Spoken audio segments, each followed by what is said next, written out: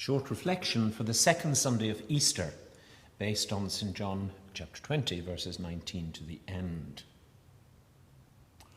I take as my text St. John 20, verse 20. When it was evening on that day, the first day of the week, Jesus came and stood among the disciples and said, "Peace be with you."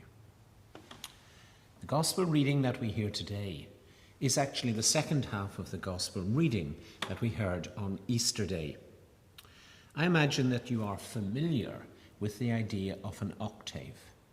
However, it's not simply something musical. It's also something liturgical. Some festivals are so significant that we are bidden to mark and to celebrate them for a full week and into the following Sunday, 8 full days, an octave. Easter is one such festival, as also is Christmas. The incarnation and the resurrection, the birth and the rising of Jesus Christ are strong tent pegs of faith and rich veins of discovery and understanding for the Christian person. First word of the returning risen Christ is peace. Peace comes with his showing the disciples his hands and his side. Peace is not warm and fuzzy. Peace is about disclosure and about honesty in regard to difference.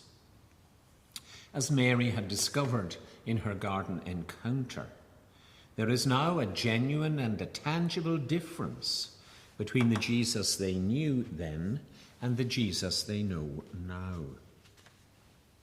Change in this case is not a failure. It is a progression, it is a development of understanding, fully in accordance with the plan of salvation.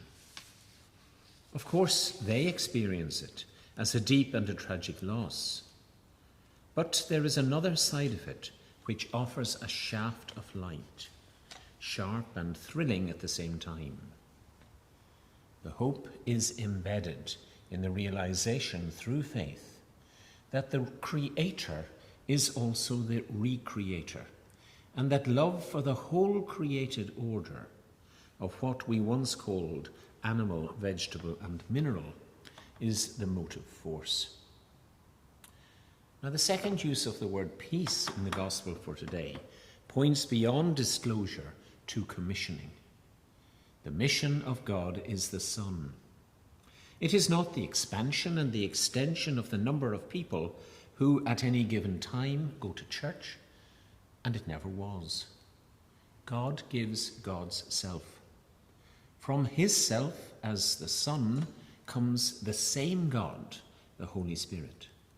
God gives God's self. From his self as the Son comes the same God, the Holy Spirit. This is what it is to have and to enjoy a Trinitarian faith. This is a very powerful moment, as the breath of God gives a fresh commissioning. The responsibility of opportunity and the opportunity of responsibility to these disciples. And so to disclosure and to commissioning are now added discernment. The disciples are to discern what sins are to be forgiven and to discern what sins are to be retained. And the third use of the word peace here is in the context of an even more volcanic situation. It is a week later. Thomas was here this time. He had been shut out. Or did he shut himself out through bad planning or through being waylaid? He had been shut out of the direct experience that the other disciples have had of Jesus for a full week. And Thomas is hopping mad. As a twin, and perhaps as a competitive twin, this will not have sat easily with him. Jesus realizes that if he does not assuage, pacify, and include Thomas, there will be no peace in this gathering of worthy and faithful people ever again. So he offers to Thomas the extraordinary experience of physical, tangible evidence for Thomas alone of his wounding and his dying, as a past event and still a transformative event in the here and now. Thomas, you will have noticed, shies away from physical need to touch. But it's Thomas who utters the cry that unlocks the direct experience of Jesus risen to countless generations of disciples who follow, and his words are these: "My Lord and my God." Thomas therefore makes possible our experience of the Lord in our own day. So finally, I'm wondering, what of doubting Thomas? Thomas stands in the shoes of us all. Not that we want to believe while also doubting, that is, having our croissant and eating it, so to speak.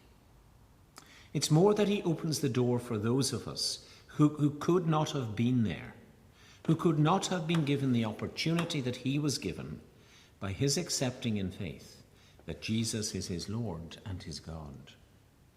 For Thomas, the presence and the power in the presence of the risen Christ was sufficient, as his statement shows: "My Lord and my God." He opens the door for us who, in the words of Jesus, fall into this group as time itself rolls on. Blessed are those who have not seen and yet have come to believe.